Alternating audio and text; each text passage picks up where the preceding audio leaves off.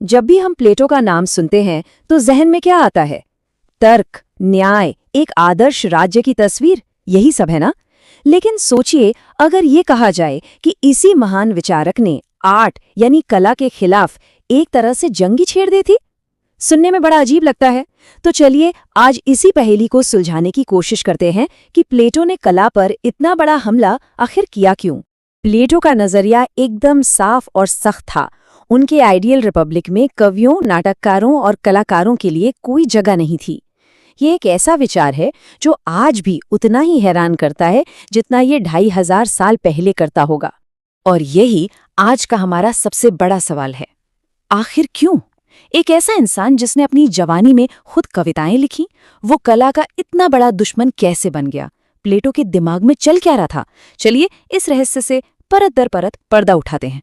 प्लेटो के तर्क की जड़ तक पहुंचने के लिए हमें उनके थ्योरी ऑफ इमिटेशन या जिसे मिमेसिस कहते हैं उसे समझना होगा। यही उनके पूरे दर्शन की नींव है। प्लेटो का ये मानना था कि ये जो दुनिया हम अपनी आंखों से देखते हैं ये असली नहीं है, ये तो बस एक ऊंची, एक आइडियल सच्चाई का, कह सकते हैं एक प्रतिबिंब है। इसे वो विचारों की दुनिया कहते थे। और कला तो उस प्रतिबिंब का भी प्रतिबिंब है, मतलब एक नकल की भी नकल। अब ये आइडिया थोड़ा मुश्किल लग सकता है, तो इसे समझाने के लिए प्लेटो ने 3 पलंगों की एक बड़ी मशहूर मिसाल दी। सबसे पहले है पलंग का आइडिया या फॉर्म, जिसे भगवान ने बनाया है। ये असली परफेक्ट पलंग है। फिर आता है एक बढ़ई, जो उस आइडिया की नकल करके एक असली फिजिकल पलंग बनाता है जिसे हम इस्तेमाल करते हैं। और फिर सबसे आखिर में एक पेंटर आता है और वो उस फिजिकल पलंग की नकल करके उसकी एक पेंटिंग बनाता है। तो इस मिसाल का निचोड़ क्या है? यही कि कलाकार का काम यानी जो आर्ट है वो असलियत से 3 कदम दूर है। वो भगवान के असली सच्चे विचार से 2 बार हटाया जा चुका है। ये परम सत्य नहीं बल्कि एक परछाई की भी परछाई है। और यही प्लेटो के दार्शनिक तर्क का सार है। कला हमें सच्चाई के पास नहीं लाती बल्कि उससे और भी दूर ले जाती है। वो हमें चीजों के असली रूप से नहीं बल्कि सिर्फ उनके बाहरी धोखेबाज दिखावे में उलझा देती है। प्लेटो की नज़र में ये एक खतरनाक धोखा था। लेकिन प्लेटो के लिए ये सिर्फ एक फिलोसॉफिकल बहस नहीं थी। उनका मानना था कि ये नकल सिर्फ झूठी नहीं बल्कि खतरनाक भी है। और ये खतरा हमारी आत्मा के अंदर की लड़ाई से जुड़ा था, तर्क और भावना के बीच की लड़ाई। प्लेटो इंसान की आत्मा को 2 हिस्सों में बंटावा देखते थे।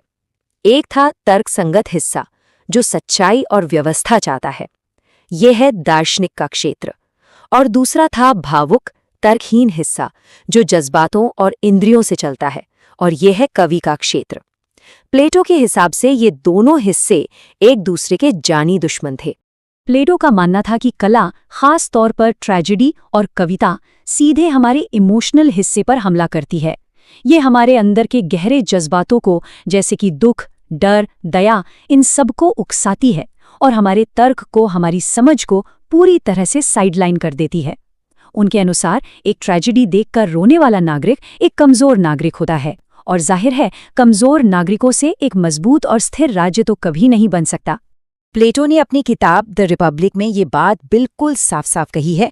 कविता भावनाओं को पालती पोसती है और तर्क को खत्म कर देती है।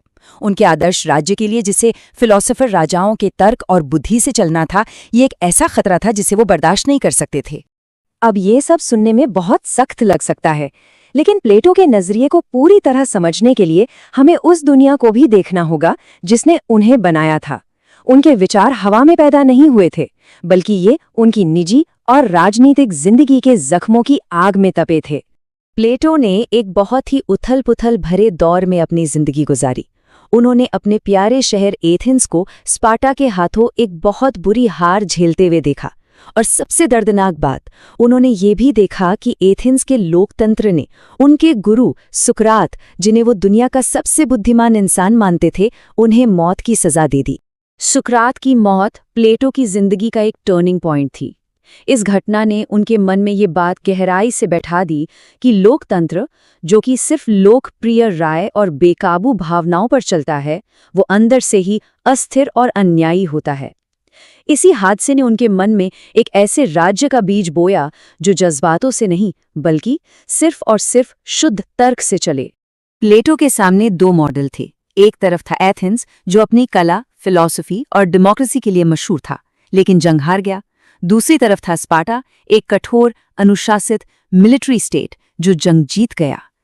प्लेटो के लिए नतीजा बिल्कुल साफ था। एथेंस का कला और संस्कृति वाला माहौल उसकी ताकत नहीं बल्कि उसकी कमजोरी थी। तो प्लेटो ने कला को अपने आदर्श राज्य से बाहर का रास्ता दिखा दिया। लेकिन क्या कहानी यहीं खत्म हो जाती है? जी नहीं, बिल्कुल नहीं। असल में ये तो कला के मकसद को लेकर एक ऐसी बहस की शुरुआत थी जो आज तक जारी है। और इस बहस में अगली बड़ी आवाज किसी और की नहीं बल्कि प्लेटो के ही सबसे मशहूर शिष्य अरस्तू की थी। अरस्तू अपने गुरु की बहुत इज्जत करते थे, लेकिन कला के मुद्दे पर वो उनसे बिल्कुल सहमत नहीं थे। जहां प्लेटो ने कला को सच्चाई से भटकाव माना, वहीं अरस्तू ने इसे सच्चाई को समझने का एक जरिया देखा। उन्होंने तर्क दिया कि ट्रेजेडी हमें कमजोर नहीं बनाती, बल्कि ये हमें दया और डर जैसे गहरे जज्बातों को महसूस करने और उन्हें एक सेफ माहौल में बाहर निकालने का मौका देती है। इसी प्रोसेस को उन्होंने कैथार्सिस कहा। उन्होंने कला को नैतिकता के पैमाने पर नहीं बल्कि उसकी खुद की खूबियों यानी सौंदर्य शास्त्र के आधार पर परखा। और ये बहस हमें आज के दौर में ले आती है। 2500 साल बाद भी प्लेटो और अरस्तू के बीच की ये टक्कर पहले से कहीं ज्यादा जरूरी लगती है। एक ऐसी दुनिया में जहां गलत खबरें जंगल की आग की तरह फैल सकती हैं और डिजिटल डीप फेक्स सच्चाई को तोड़ मरोड़ सकते हैं, ये सवाल पूछना तो बनता है, क्या प्लेटो का कला की ताकत से डरना सही था? मतलब भावनाओं को भड़काने और सच्चाई को धुंधला करने की उसकी क्षमता से?